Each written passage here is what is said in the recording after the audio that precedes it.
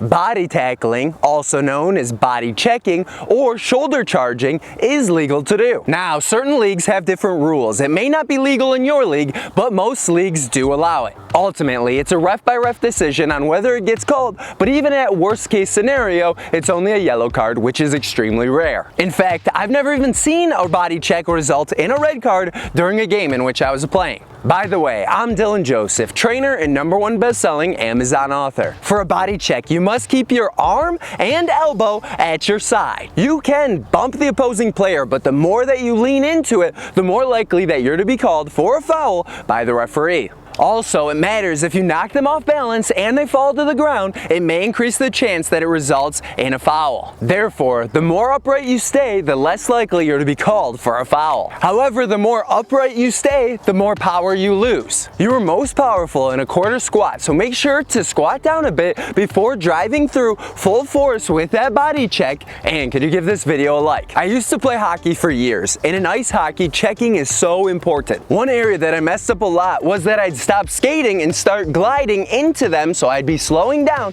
as I went to do that check. For example, when taking a shot, you don't want to just throw your leg at the ball, kick the ball, and bring your leg back. You want to make sure that you're striking through the ball in order to get more power on your shot. And notice how I landed past that ball. This is the same concept with body tackling. You don't want to just, as soon as you make contact with them, stop. Instead, you want to make sure that you're driving through all the way through them. This will make for a much more effective check. Now, you should consider your size when going up against them.